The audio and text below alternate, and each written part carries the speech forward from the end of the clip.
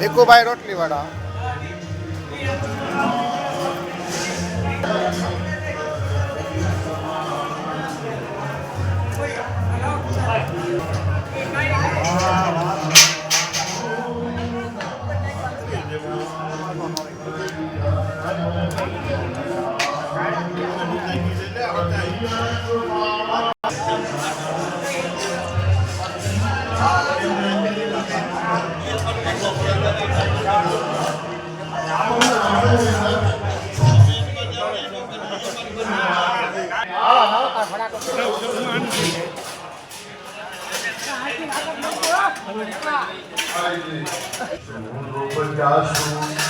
મહેશભાઈ ઠીકાણી ચા વાળા.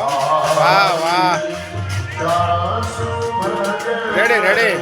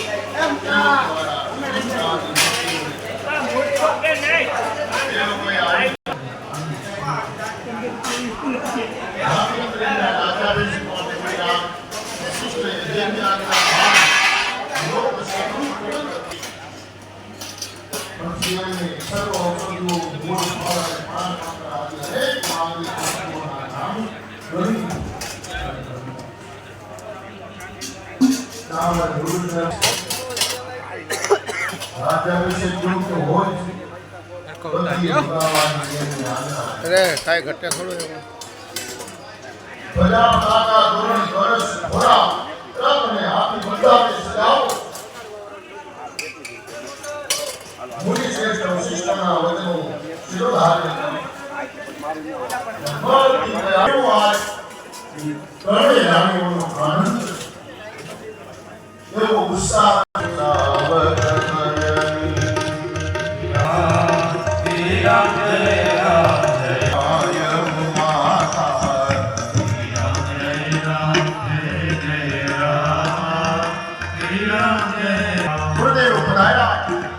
रामचंद्र जी ने खबर पड़ी सदगुरु आयो सब सरवार के और सीता जी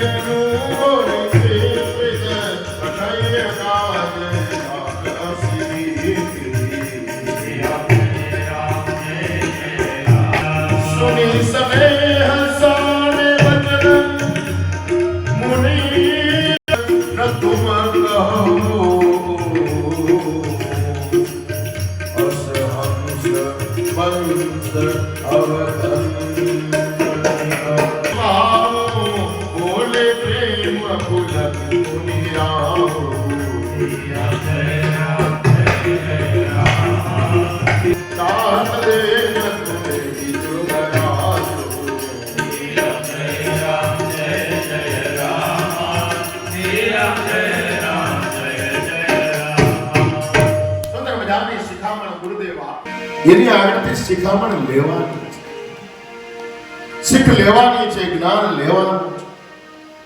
પણ સદગુરુ કાંઈ નથી, સદગુરુથી વિશેષ બીજું કાંઈ નથી. અને ગુરુની આજ્ઞા થાય, ગુરુ આજ્ઞા ઉપદેશ આપે ને, પરમાત્માને ઉપદેશ લેવો પડે. શું કામ? એના સદગુરુ છે અને સદગુરુની આજ્ઞા વગર બધું નકામું છે. આજ સાંભળી મુનિ શ્રેષ્ઠ વશિષ્ઠએ રઘુનાથજીની પ્રસન્નતા કરતા કહ્યું, હે રામ, ભલા આપ આવું કેમ ન કહો? આપ સૂર્યવંશ ભૂષણ છો. શ્રી રામચંદ્રજીના ગુણશીલ અને સ્વાભાવિક પ્રશ્ન મુનિરાજ પ્રેમથી પુલકિત થઈ ઉપવાસ હવન આદિ વિધિપૂર્વક બોધ આપી રાજા દશરથજી પાસે ચાલ્યા. અમે બધા ભાઈ એક જ સાથે જન્મ ધારણ કર્યા છે. પણના રમત ગમત, કર્ણ છેદન, યજ્ઞોપવિત અને વિવાહ આદિ વાત થઈ છે કે બીજા બધા ભાઈઓને છોડી તુલસીદાસજી કહે, પ્રેમ અને આનંદમાં મગ્ન લક્ષ્મણજી આવ્યા. રઘુનાથજીને કુમદની ખિલવના ચંદ્રમાં રામમાં ઘણી જાતના વાજા વાગી રહ્યા. નગરમાં અતિશય આનંદનું વાતાવરણ. રામ કહે છે કે અમે ચારે ભાઈઓના જન્મ સાથે થયા, કર્ણછેદન સાથે થયા, યજ્ઞોપવિત સાથે થયા, વિવાહ સાથે થયા. તો રાજ્ય ભરતને સોંપ્યું, ભરતને આપ્યું. જો તો ખરા નહીં કેવી પરમાત્માની કોમળ. પણ ગુરુદેવ કહે તમારા પિતાની આજ્ઞા છે એટલે રાજ્યનો ભાર તમારા શિરે સોંપવાનો છે. આજ આખા નગરની અંદર એવો આનંદ વર્તાય, એવો આનંદ વર્તાય, કોઈ સતો જ નથી. બધા જાગી ગયા, બધાના મનમાં એક જ હર્ષ ઉલ્લાસ. હે રાજા રામજી થાશે રે અમારી મહારાણી સીતા.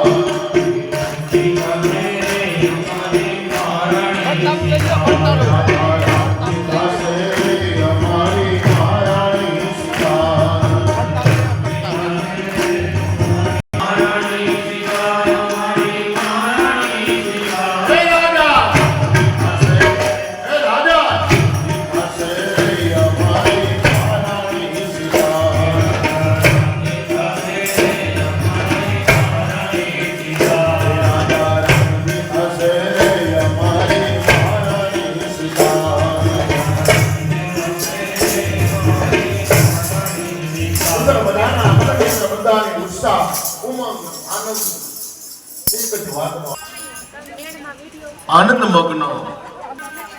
ત્યારે ભગવાન વિચાર કરે, પરમાત્મા વિચાર. હવે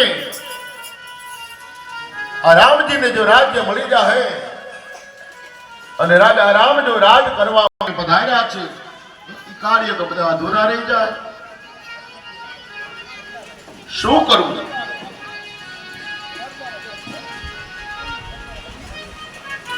ત્યારે કહે છે કે જેને સરયુ નદીનું જળ પીધું હોય, સરયુ નદીનું જેને પાન કર્યું હોય, એના જળ જેના પેટમાં હોય ને, એના બુદ્ધિને, એની વાણીને કોઈ દિવસ આપણે ફેરવી હતી નહીં.